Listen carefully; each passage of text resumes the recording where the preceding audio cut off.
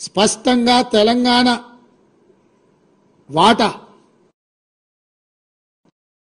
నీళ్లు తెలంగాణ ప్రాజెక్టుల మీద హక్కులు మేము కొట్లాడి మేము ప్రయత్నం చేస్తుంటే ఈ రోజు అధికారం కోల్పోయిన నిస్పృహతో దిక్కుమాలిన ఆలోచనతోటి ఇంట్లో నుంచి బయటకు వెళ్ళడానికి మొహం జల్లక ఏదో ఒక ఒక్కతోని బయటికి రావాలని మామ అల్లుళ్ళు ఈరోజు కుట్ర చేస్తున్నారు. నేను సూటికి ఒక్క మాట అడగదలుచుకున్న చంద్రశేఖరరావు, నీకేమాత్రం సిగ్గునో ఒక్క మాటకు సమాధానం చెప్పు. ఇక్కడ ఎన్నికల రోజు పోలింగ్ రోజు పొద్దున్నే నాగార్జున సాగర్ భూభాగం మొత్తం తెలంగాణలో ఉంది. నాగార్జున సాగర్ ప్రాజెక్టు కంప్లీట్గా తెలంగాణ స్వాధీనంలో ఉంది. కనీసము శ్రీశైలం అన్న సగం వాళ్ళ చేతిలో ఉంది, సగం మన చేతిలో ఉంది.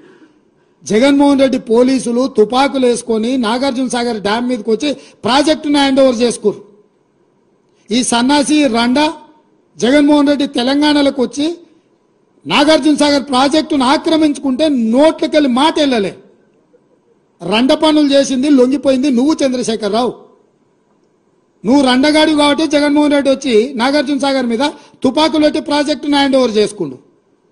అదే కాంగ్రెస్ అధికారంలో ఉన్నప్పుడు వచ్చి చూడమను, ఇవాళ రమ్మను, వచ్చి నాగార్జున సాగర్ మీదకి రమ్మను జగన్మోహన్ రెడ్డిని. నువ్వు రండగాడివి జగన్మోహన్ రెడ్డికి ప్రాజెక్టును తాకట్టు పెట్టి తుపాకులు తీసుకొని వచ్చి నాగార్జున సాగర్ డ్యామ్ను ఆక్రమించుకుంటే పల్లెత్తు మాట మాట్లాడలేదు. నువ్వు పోయి కేంద్ర ప్రభుత్వానికి ప్రాజెక్టులను హ్యాండ్ ఓవర్ చేయడానికి నిధులను కేటాయించినోడు నువ్వు వచ్చి మమ్మల్ని బదనాం చేస్తావా, మా మీద మాట్లాడతావా? వాస్తవాలు ఇట్లుంటే అబద్ధాలతోని అధికారం కోల్పోయిన నిరాశ నిస్పృహలతోటి ఈరోజు మమ్మల్ని బదనాం చేసే కార్యక్రమం పెట్టాను. అందుకే నేను సూటిగా ఈ ఆధారాలు మీ ముందలు చెప్పి మీ ముందల మాట్లాడితే రేవంత్ రెడ్డి సెక్రటేరియట్లో సమావేశం పెట్టి చాలా మాట్లాడిండు. ఆయన కథ ఏంది, ఆయన కమామిస్ ఏందని ఆయన మాట్లాడతాడు. అందుకే నేను సూటిగా ఈరోజు మంత్రివర్గ సమావేశం అవుతుంది. అసెంబ్లీ సమావేశాలు ఎప్పటి నుంచి ఉంటాయో సాయంత్రం వరకు మీకు చెప్తాము. అసెంబ్లీ సమావేశాలలో వైట్ పేపర్ ప్రాజెక్టుల మీద రిలీజ్ చేస్తాం, ప్రాజెక్టుల హ్యాండ్ ఓవర్ మీద చర్చ పెడతాం.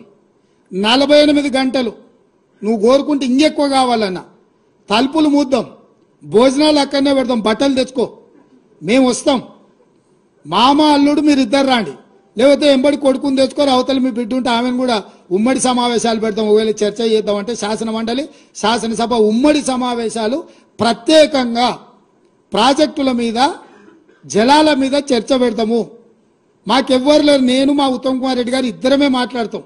సంబంధిత శాఖ మంత్రిగా వారు మాట్లాడతారు, ముఖ్యమంత్రిగా నేను మాట్లాడతా. చంద్రశేఖరరావు, హరీష్ రావు, తారక రామారావు, కవితారావు నలుగురు మీరు ఒకరి తర్వాత ఒకరు అలచిపోకుంటే ఎంతసేపు అయినా మాట్లాడదాం, చర్చ చేద్దాం. నీకు చిత్త రేవంత్ రెడ్డి గారు వీళ్ళ ప్రభుత్వం ఇవాళ కూడా మళ్ళీ ఏదో నోటుకు వచ్చినట్టు మాట్లాడింది ఆయన. ఏంది కేఆర్ఎంబి ప్రాజెక్టులు అంటే ఏంది? శ్రీశైలం కానీ నాగార్జున సాగర్ కానీ మన కృష్ణా బేసిన్ మీద ఉన్న ప్రాజెక్టు అవుట్లెట్స్ను కేంద్ర ప్రభుత్వానికి అప్పచెప్పడం. 10 ఏళ్ల కేసీఆర్ గారి ప్రభుత్వంలో మనం ఏ రోజు కూడా వాళ్ళు ఎంత ఒత్తిడి పెట్టినా మనం కేఆర్ఎంబికి ప్రాజెక్టులు అప్పచెప్పలేదు. మేము ఒకటే చెప్పినాం, మాకు 50% వాటా ఇవ్వండి, శ్రీశైలంను ప్లానింగ్ కమిషన్ చెప్పినట్టుగా దాన్ని హైడల్ ప్రాజెక్టుగా గుర్తించండి, మా డ్రింకింగ్ వాటర్లో 20% మాత్రమే మీరు లెక్కగట్టండి అని ఇట్లా మనం అనేక షరతులు కేంద్ర ప్రభుత్వానికి పెట్టాం. కానీ కేంద్రం ఒప్పుకోలేదు. ఆ రోజు ఒప్పుకోలేదు కనుక మనము ఆ కేఆర్ఎంబికి మన ప్రాజెక్టులు మనం అప్పచెప్పలేదు. కానీ 2 నెలలు కాలే వీళ్ళ గవర్నమెంట్ వచ్చి, కేంద్ర ప్రభుత్వం ఒత్తిడి తెచ్చింది, రాష్ట్ర ప్రయోజనాలను ఫనంగా పెట్టి ఆయనతో పోయినరు మా ప్రాజెక్టులన్నీ మీకు అప్పచెప్తామని సంతకాలు పెట్టి వచ్చిండ్రు. ఈ విషయం మేము గట్టిగా అడిగితే ఏమంటాడు, లేదు లేదు లేదు అని మన మీద బురద జల్లే ప్రయత్నం. అన్ని చిల్లర మాటలు, పసలేని మాటలు. ఆయన దగ్గర విషయం లేదు కనుక విషం జిమ్మేటువంటి ప్రయత్నం చేస్తూ ఉంటాడు. ఏమంటాడు, అసలు ఏపీ రీఆర్గనైజేషన్ యాక్ట్లోనే కేఆర్ఎంబి ప్రాజెక్టులు అప్పచెప్పాలని ఉంది. ఆ రోజు బిల్లు పాస్ అయినప్పుడు కేసీఆర్ ఎంపీగా ఉన్నాడు, ఇది కేసీఆర్దే బాధ్యత. ఎంత తలకాయలేని మాటలు, ఎంత అతి తెలివి మాటలు. ఆ రోజు అధికారంలో ఉన్నది ఎవరు? ఆ బిల్లు పెట్టింది ఎవరు? కేంద్రంలో కాంగ్రెస్ పార్టీ కాదా? బిల్లు పెట్టింది కాంగ్రెస్ పార్టీ, ఆ బిల్లును తయారు చేసింది జైపాల్ రెడ్డి గారు, జయరాం రమేష్ గారు. బిల్లు పాస్ చేసింది కాంగ్రెస్ పార్టీ. ఇవాళ ఇద్దరు ఎంపీలు ఉన్న బీఆర్ఎస్ పార్టీ ఆ రోజు కేసీఆర్ బిల్లును ఆమోదించిండని చెప్పి నీ అతి తెలివి మాటలు ప్రజలు నమ్ముతారనుకుంటున్నావా? నువ్వేమన్నావు మొన్నటిదాకా? మేము ఏపీ రీఆర్గనైజేషన్ యాక్ట్ లో తెలంగాణ కరెంటు తక్కువ ఉందని మా జైపాల్ రెడ్డి గారే ఈ బిల్లులో తెలంగాణ కోసం కరెంటు ఎక్కువ పెట్టిండు అని గొప్పలు చెప్పినావు కదా.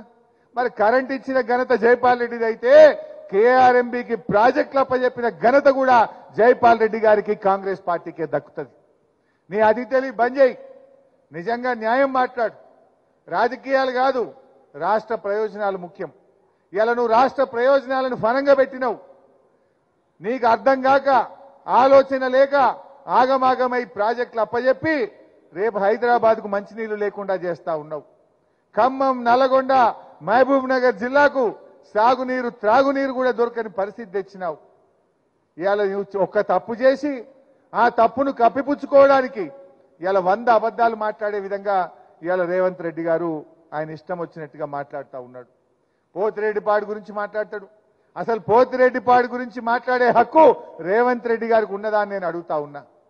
నువ్వు ఆ రోజు తెలుగుదేశం పార్టీలో ఉండి ఒక్కనాడన్న పోతిరెడ్డిపాడు ప్రాజెక్టు గురించి మాట్లాడినావా? మేం కొట్లాడినాం. ఆనాడు తెలంగాణకు అన్యాయం అవుతుందని పోతిరెడ్డిపాడుకు పొక్కగొట్టి రాయలసీమకు నీళ్లు తీసుకుపోతుంటే 30 రోజులు అడ్జర్న్మెంట్ మోషన్ ఇచ్చి ఆంధ్రప్రదేశ్ అసెంబ్లీని స్తంభింపజేసింది టీఆర్ఎస్ పార్టీ. మేం కొట్లాడినాం పోడియంలోకి పోయి. ఆనాడు మా మంత్రి పదవులు ఒక్క ఏడాదికే రాజశేఖర రెడ్డి గారి కేబినెట్ లో మంత్రులుగా ఉన్న నేను గాని, నాయన్ నరసింహారెడ్డి గారు గాని మా తెలంగాణకు అన్యాయం చేసే ఈ కాంగ్రెస్ ప్రభుత్వంలో మేము ఉండమని ఒక ఏడాదికే మంత్రి పదవులను గడ్డిపోచల్లాగా మీ కాంగ్రెస్ ముఖం మీద విసిరేసి బయటకు పోయిన వాళ్ళం మేము. పోతిరెడ్డిపాడును అడ్డుకోవడానికి కృషి చేసింది మేము. నువ్వు ఆనాడు తెలుగుదేశం పార్టీలో ఉండి పెదవులు మూసుకున్న రేవంత్ రెడ్డి నువ్వా మా గురించి విమర్శించేది? సూర్యుడి మీద ఉమ్మేస్తే నీ ముఖం మీద పట్టదన్నట్టు అది నీ మీదనే పట్టది. రేవంత్ రెడ్డి గారు ఒకసారి నీ ఈపు చూసుకో, వెనుకకు చూసుకొని మాట్లాడు అని చెప్పి నేను ఆయనను కోరుతా ఉన్నా. ఇలా ఏమైపోయిందంటే ఆయన పరిస్థితి ఎంతసేపు చిల్లర మాటలు, సబ్జెక్టు లేక చౌకబారి మాటలు. ఆయన ఇవాళ పొద్దున ఓ మీటింగ్ పోయిండు. వెంకయ్య నాయుడు గారికి వారికి పద్మవిభూషణ్ అవార్డు వస్తే సన్మానానికి పోయిండు. ఏం చెప్పిండు వెంకయ్య నాయుడు గారు? రేవంత్ రెడ్డికి హితవు పలికిండు. రాజకీయాల్లో కొంచెం జాగ్రత్తగా మాట్లాడు, రాజకీయాల్లో హుందాతనం ఉండాలి, రాజకీయాల్లో గౌరవం పెరిగేటట్టు, ప్రతిష్ట పెరిగేటట్టు మాట్లాడాలని పొద్దుగాల చెప్పిండు. మధ్యాహ్నం వచ్చిండు సెక్రటరియట్లో మళ్ళీ అన్ని చిల్లర మాటలు మాట్లాడుతుండు, అసభ్యకరంగా మాట్లాడుతుండ్రు. అసలు చిన్నపిల్లలు ఎవరన్నా టీవీ చూస్తే రాజకీయాలంటేనే వాళ్ళకు మరి అసహ్యం కలిగే విధంగా ఇవాళ ఈయన భాష ఉన్నది. నువ్వు ఇవాళ ఒక ముఖ్యమంత్రిగా ఉన్నావు, హుందాగా ఉండు, విషయం మీద మాట్లాడు, చర్చ పెట్టు అసెంబ్లీలో. ఇవాళ ఏదో అసెంబ్లీలో చర్చ పెట్ట మాట్లాడు. Yes, we're ready. నువ్వు ఎప్పుడు పెట్టావో పెట్టు, నీ దిమ్మదిరేటట్టు అసెంబ్లీలో సమాధానం చెప్తాం బిడ్డ. గతంలో మా కేసీఆర్ గారు ఇదే అసెంబ్లీలో పవర్ పాయింట్ ప్రజెంటేషన్ పెడితే మేం ప్రిపేర్ కాలేదని ముఖం చాటేసి పారిపోయింది నీ కాంగ్రెస్ పార్టీ. బట్ మేము అట్లా పారిపోం. నీ దిమ్మ తిరిగే సమాధానం చెప్తాం. మేము తయారుగా ఉన్నాం. నువ్వు చేసిన తప్పును తెలంగాణ ప్రజలకు అర్థమయ్యేటట్టు అసెంబ్లీ సాక్షిగా నీ సంగతి ఏందో బయట పెట్టామని చెప్పి మనం చేస్తాం.